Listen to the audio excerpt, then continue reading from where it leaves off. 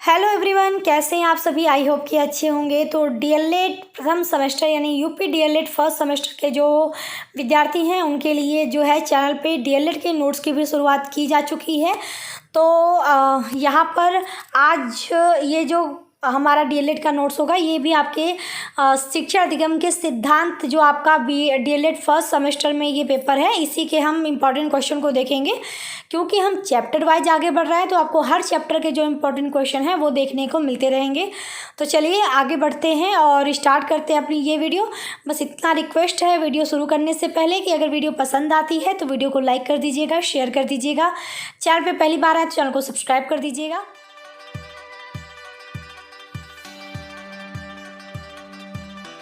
यहाँ पर पेपर का नाम जैसे मैंने कहा शिक्षा अधिगम के सिद्धांत है और इसका जो चैप्टर 1 है वो है शिक्षण का अर्थ एवं उद्देश्य। तो इस चैप्टर का जो अगला ये इम्पॉर्टेंट क्वेश्चन है वो है शिक्षण की दो विशेषताएं लिखिए, जो आपके यूपी डीएलएड 2016 के पेपर में भी पूछा है, 20 के पेपर में भी पूछा है। या कह सकता है कि उत्तम शिक्षण की क्या विशेषताएं हैं, या कह सकता है अच्छे शिक्षण की क्या विशेषताएं हैं, या कह सकता है प्रभावशाली शिक्षण की क्या विशेषताएं हैं या बताइए, या कह सकता है यानी अथवा है कि शिक्षण की विशेषताएं बताइए। तो देखिए शिक्षण की विशेषताएं में ही आप इंक्लूड कर सकते हैं अच्छे शिक्षण की विशेषताओं को ही, लेकिन फिर भी मैंने यहाँ पर शिक्षण की विशेषताएं और उत्तम शिक्षण की विशेषताओं दोनों को अलग अलग लिखा है ताकि आप लोगों को कन्फ्यूजन ज़्यादा ना हो और आपको एक पर्टिकुलर क्वेश्चन का एक पर्टिकुलर आंसर मिले, इसलिए मैंने दोनों को अलग अलग रखा है। तो अगर शिक्षण की दो विशेषताएं पूछिएगा तो इसमें आपको थोड़ा हेडिंग डाल के लिखना पड़ेगा, क्योंकि थोड़ा सा एक्सप्लेन करेंगे, क्योंकि एक एक लाइन में लिख देंगे तो उतना बेटर नहीं रहेगा। जब ये लघु उत्तरी में पूछता है तब की बात, अति लघु उत्तरी में क्योंकि सब सीमा कम होती है तो आप इसमें एक सिंपल लाइन में भी लिख देंगे, कोई प्रॉब्लम नहीं होगी। ठीक है, चलिए तो किन किन ईयर में पूछा है वो सामने मैंने लिखा है क्वेश्चन के। तो अब हम बात करते हैं शिक्षण या उत्तम शिक्षण की विशेषताएं, क्योंकि हमारा आज का टॉपिक है। तो इसके अंतर्गत हम सबसे पहले शिक्षण की विशेषताएं देखेंगे। तो शिक्षण की विशेषताएं निम्नलिखित है। तो पहला है सीखने में सहायक, क्योंकि शिक्षण जो है जो अध्यापक हमको सिखाता है वो सीखो तो हम शिक्षण कहते हैं। टीचिंग यानी शिक्षण, जो सिखाना है वही तो शिक्षण है। तो सीखने में सहायक, जब हमको कोई सिखाएगा तभी तो हम सीखेंगे, तो हमारे सीखने में क्या मदद करता है? सिखाना। तो शिक्षण क्या करता है? सीखने में सहायक होता है। तो शिक्षण ही वह माध्यम है जिसकी सहायता से विद्यार्थियों को विभिन्न विषयों की जानकारी प्रदान की जाती है। अतः स्पष्ट है कि शिक्षण सीखने में सहायक होता है, यानी अध्यापक हमको जो है समझाता है, सिखाता है। तो वो जो शिक्षण क्या है? एक माध्यम है, एक जरिया है जिसकी सहायता से हम विद्यार्थियों को अलग अलग विषय की जानकारी, अलग अलग चीज़ों की जानकारी उपलब्ध कराते हैं। तो इसीलिए जो शिक्षण है वो क्या है? सीखने में काफ़ी उपयोगी या सहायक होती है।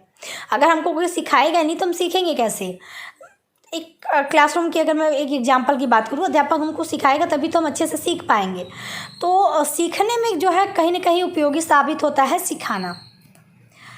दूसरा है सूचना संप्रेषण। तो शिक्षण एक ऐसी प्रक्रिया है जिसके द्वारा विभिन्न प्रकार की सूचनाओं का संप्रेषण किया जाता है, इसलिए शिक्षण ज्ञानार्जन का एक महत्वपूर्ण स्रोत है। यानी शिक्षण अगर हम बात करें तो क्लासरूम में अगर अध्यापक शिक्षण कर रहा है तो वो क्या करता है? अपनी वो बातों को, अपनी जो भी उसका पॉइंट ऑफ व्यू है वो हमको उस जो है हमारे तक पहुंचाता है, नहीं विद्यार्थी तक पहुंचाता है।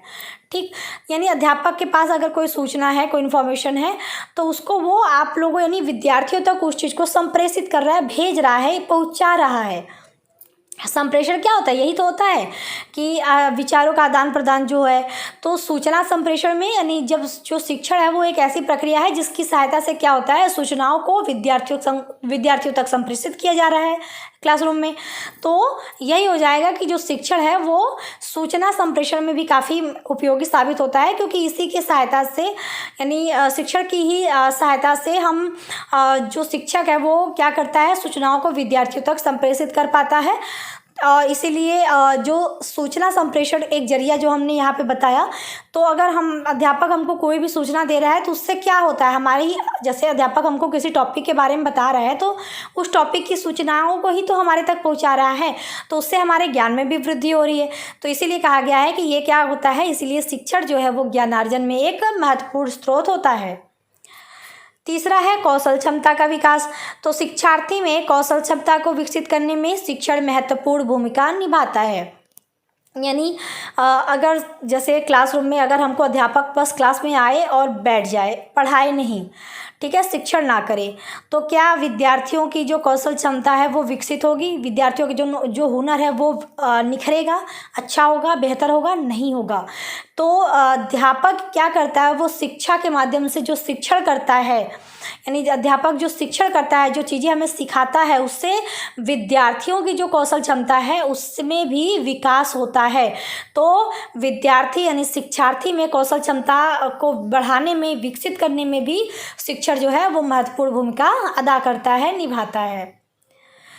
चौथा है अनुकूलन में सहायक। आई होप कि आपको सारी चीज़ें समझ में आ रही होंगी। जैसे तीसरे का एग्जाम्पल के तौर पे अगर आप ये देखो, कोई बच्चा मैथ में थोड़ा बेटर है, ठीक है, उसको थोड़ा सा कैलकुलेशन अच्छा लगता है, फिर अध्यापक की मदद से वो बड़े बड़े कैलकुलेशन को और बेहतर करने लगा, धीरे धीरे और बेहतर होता चला गया, जहाँ पे अब वो क्या कर रहा हो कि मौखिक रूप से ही मल्टीप्लिकेशन वगैरह सब कुछ ईजिली कर पा रहा है। तो उसका ये जो गणित में जो एक अच्छा था कि ये गणित में अच्छा है, फिर वो गणित में बेहतर हो गया, यानी उसका जो कौशल है वो विकसित हो गया उस चीज़ को लेके। तो इसमें उसकी मदद किसने की? अध्यापक ने शिक्षण के द्वारा ये सारी चीज़ें की। तो वही यहाँ पे थर्ड पॉइंट था, ठीक है। तो आई होप कि आपको अब पूरी तरह से क्लियर होता चला गया हो। मैं यहाँ पे समझाने पे इसलिए जोर दे रही हूँ ताकि अगर एग्जाम में आए तो आपको रटने की जरूरत ना पड़े। अगर आप इस चीज़ को समझे रहेंगे तो आप अपनी लैंग्वेज में उस चीज़ को लिख सकते हैं, ठीक। चलिए, चौथा है अनुकूलन में सहायक। तो शिक्षण अनुकूलन करने में भी सहायक होता है। शिक्षण विद्यार्थी को वातावरण के अनुकूल बनाता है, यानी अध्यापक जो है शिक्षण के माध्यम से बच्चों को अनुकूल करने में, यानी उनको किसी जगह एक तरह से आप समझो कि फिट करने में काफ़ी मदद करता है। जैसे अब एक क्लासरूम है, उसमें अलग अलग फील्ड से लोग आते हैं, मतलब बच्चे आते हैं, कोई कहीं का है, कोई किसी गांव का है, छोटे से गांव का, कोई किसी अच्छे घर से आ रहा है, मतलब डेवलप्ड घर से आ रहा है, कोई बहुत आर्थिक रूप से कमज़ोर घर से आ रहा है। लेकिन तो ऐसा होता नहीं कि क्लास में जब कोई बहुत ऐसा है कि नहीं वो बहुत विकसित परिवार से है, कोई बहुत गरीब परिवार से है, तो उसके अंदर थोड़ा सा ये होता है कि ये तो बहुत बड़े घर से है या अमीर घर से है, तो मैं इससे कैसे बात करूँ, थोड़ा सा हिचक होता है अपनी बात को रखने में या कुछ भी। तो शिक्षा जो है, यानी जो अध्यापक शिक्षण करता है, वो शिक्षण उस बच्चे को अनुकूलन करने में काफ़ी मदद करता है, यानी वो उस वातावरण में इजीली ढलता है। उसे लगता है नहीं, हम यहाँ पे इक्वल है, हम अपनी बात रख सकते हैं। शिक्षा में कोई आगे पीछे नहीं होता है, कोई ऊपर नीचे नहीं होता है। आप भी पढ़ने आए हो, हम भी पढ़ने आए हैं, जब हम लोग दोनों लोग एक ही जगह पे आए हैं तो हम दोनों का इंपॉर्टेंस एक है, तो वो इस चीज़ को समझता है और अपना कॉन्फिडेंस भी वो बढ़ा पाता है। तो अनुकूलन में काफ़ी मदद करता है। उसी तरह बाहर, जैसे अगर आपके पास, अगर अध्यापक ने आपको शिक्षण दी है, आपको चीज़ें सिखाई हैं, तो आप बाहर जाके भी अलग अलग वातावरण में भी जाके आप अपने आप को इजीली ढाल सकते हैं। क्योंकि जैसे हम कहीं जाते हैं ना, तो हमारा शिक्षा ही हमें इस चीज़ के काबिल बना पाता है कि हम वहाँ पे अपने आप को ढाल पाएँ, उस वातावरण को अनुकूल अपने ढाल पाएँ। तो वही है कि अनुकूलन में भी जो है शिक्षण काफ़ी मदद करता है। पांचवा पॉइंट है सामाजिक विकास में सहायक। तो शिक्षण शिक्षार्थी के सामाजिक विकास में सहायक होती है। अच्छे शिक्षण के द्वारा व्यक्ति व समाज दोनों ही उन्नति करते हैं। यानी अगर विद्यार्थी को शिक्षण दिया गया है तो जो सामाजिक विकास है उसमें भी काफ़ी मदद मिलती है। क्योंकि अगर व्यक्ति को, यानी विद्यार्थी या शिक्षार्थी को अगर अच्छा शिक्षण मिला है, उसे बेहतर तरीके से सिखाया गया है, तो वो व्यक्तिगत रूप से भी उन्नति करता है, साथ ही साथ वो सामाजिक रूप से भी उन्नति करता है। यानी वो दोनों जगहों पे, व्यक्तिगत रूप और सामाजिक रूप, दोनों जगहों पे अपने आप को बहुत बेहतर तरीके से शो कर पाता है, दिखा पाता है, अपनी चीज़ों को अच्छे से रिप्रेजेंट कर पाता है। तो सामाजिक विकास में भी काफ़ी मददगार साबित होती है शिक्षण।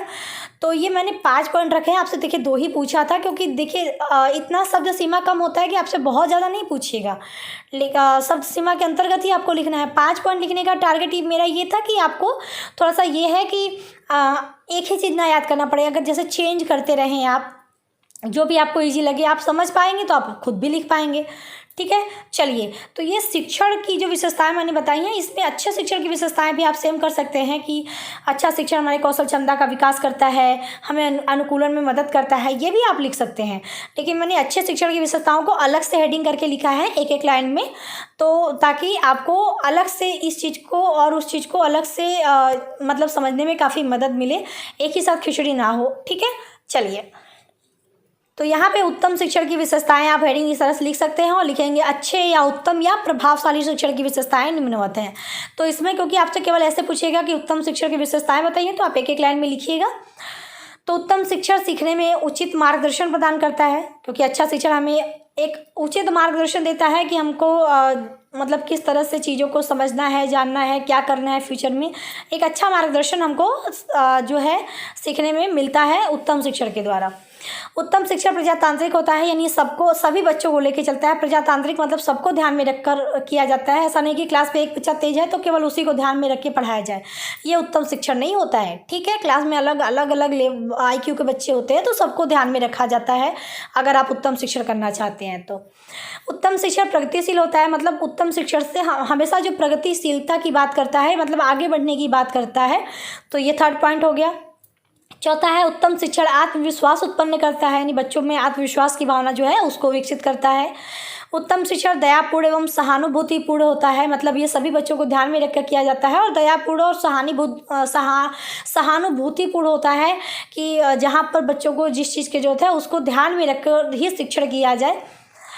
कठोर नहीं होना चाहिए शिक्षण कि बच्चा कुछ पूछ भी ना पाए अपनी बात। छठा पॉइंट है उत्तम शिक्षण में सहयोग की भावना होती है, यानी अगर आप उत्तम शिक्षण करना चाहते हैं तो आप सहयोग करें, बच्चों का अच्छे से सिखाएं, जहाँ पे उनको ज़्यादा जरूरत है वहाँ पे और ज़्यादा अच्छे से समझाएं। तो सहयोग की भावना पूर्ण होती है उत्तम शिक्षण। सातवां पॉइंट है उत्तम शिक्षण प्रेरणादायक होता है, मतलब बच्चों को प्रेरित करने वाला होता है। आठवां है उत्तम शिक्षण उपचारात्मक होता है, यानी बच्चों का अगर कोई प्रॉब्लम है तो उसका उपचार किया जाए, यानी अगर बच्चों को कोई चीज़ नहीं समझ में आया तो उस चीज़ को समझाया जाए, भले वो 100 बार समझाना हो लेकिन समझाया जाए जब तक बच्चे को ना समझ आए। उत्तम शिक्षण कठिनाइयों का निदान करता है, मतलब बच्चे को कोई समस्या है तो उस कठिनाई का भी निदान किया जाए, इस तरह का शिक्षण होता है उत्तम शिक्षण। 10वां है उत्तम शिक्षण छात्रों को बंधन मुक्त करता है, मतलब बांध के नहीं रखता तुमको यही पढ़ना है, नहीं, तुम क्लास में अगर ये टॉपिक पढ़ा है तो जो बुक में लिखा है केवल आप वही पूछेंगे उस टॉपिक से रिलेटेड, कोई एक्स्ट्रा चीज़ नहीं पूछेंगे, ऐसा नहीं है। उत्तम शिक्षण बच्चों को बंधन मुक्त करता है कि अगर बच्चों को अगर उस टॉपिक से रिलेटेड कोई सिलेबस के बाहर भी अगर कोई चीज़ पूछनी है तो बच्चा उस चीज़ के बारे में पूछे, जाने, समझे। ठीक। 11वां पॉइंट है उत्तम शिक्षण वांछनीय जानकारी प्रदान करता है, मतलब जैसे खिचड़ी नहीं, एक वांछनीय मतलब एक उचित जानकारी बच्चों को दी जाए। 12वां है उत्तम शिक्षण शिक्षार्थियों की कौशल क्षमता का विकास करने में सहायक होता है, यानी बच्चे की कोई कौशल क्षमता है जो भी पीछे मैंने बताया तो उसका विकास करने में भी काफ़ी मदद करता है। 13वां है उत्तम शिक्षण उद्देश्यपूर्ण होता है, यानी उद्देश्यपूर्ण होता है, मतलब उसे किसी उद्देश्य के साथ पढ़ाया जाता है। जो सिखाया जाता है उसका कोई ना कोई उद्देश्य होता है, ऐसा नहीं कि कुछ भी पढ़ाया जा रहा है, कोई बिना उसका कोई उद्देश्य नहीं है इस चीज़ को पढ़ाने लिखाने का, समझाने का, लेकिन बस हम किए जा रहे हैं क्लास को ख़त्म करने के लिए, बस हम कोई भी ऐसे बकवास किए जा रहे हैं, तो वो चीज़ें शिक्षण नहीं होती हैं। उत्तम शिक्षण क्या होता है कि उसका एक उद्देश्य होता है जिसके अनुरूप वो शिक्षण की जाती है। 14वां है उत्तम शिक्षण छात्रों के पूर्व ज्ञान पर आधारित होता है, मतलब जैसे अगर आप बच्चों को पढ़ाना चाहते हैं तो ऐसा नहीं कि बच्चों को क्या नॉलेज है पहले का, मतलब पूर्व क्या नॉलेज है उस चीज़ के बारे में जो आप पढ़ाना चाहते हैं, ये जाने बिना आप बस पढ़ाए जा रहे हैं, कुछ भी पढ़ाए जा रहे हैं, बच्चों को समझ में आ नहीं रहा है, पढ़ाए जा रहे हैं, तो इससे आप उत्तम शिक्षण नहीं कहेंगे। अगर आपको कोई टॉपिक पढ़ाना है पहले ये जानना काफ़ी ज़रूरी है कि बच्चे को पिछले इस बारे में और पहले की क्या जानकारियाँ हैं जिसके आधार पर आप फिर अपने शिक्षण को करेंगे, तो इसीलिए पूर्व ज्ञान पर जो है आधारित होता है उत्तम शिक्षण। तो इत्यादि मैंने लिख दिया है, 14 पॉइंट लिखे हैं, आप 2, 3, 4 जितना भी पूछता है लिखिएगा, शब्द सीमा को ध्यान में रख के लिखिएगा। केवल इतना पूछता है उत्तम शिक्षण की विशेषताएं क्या है या विशेषताएं बताइए, तो आप लिखते चलिएगा जब तक आपकी शब्द सीमा जैसे 30 शब्द 50 शब्द कुछ ऐसे है तो आप उसी के अकॉर्डिंग अपना लिखिएगा। तो आई होप कि आपको यहाँ तक क्लियर हो गया हो। मैं कोशिश कर रही हूँ आपको बेहतरीन से बेहतरीन नोट्स प्रोवाइड करने की और सरल शब्दों का प्रयोग करती हूँ ताकि आपको रटने की ज़रूरत ना पड़े, आप समझ लीजिए और आपका जो है वो टॉपिक तैयार हो जाए। चलिए बस इतना ही था आज के वीडियो में, मिलते हैं नेक्स्ट वीडियो में, तब तक के लिए टेक केयर, बाय बाय, जय हिंद।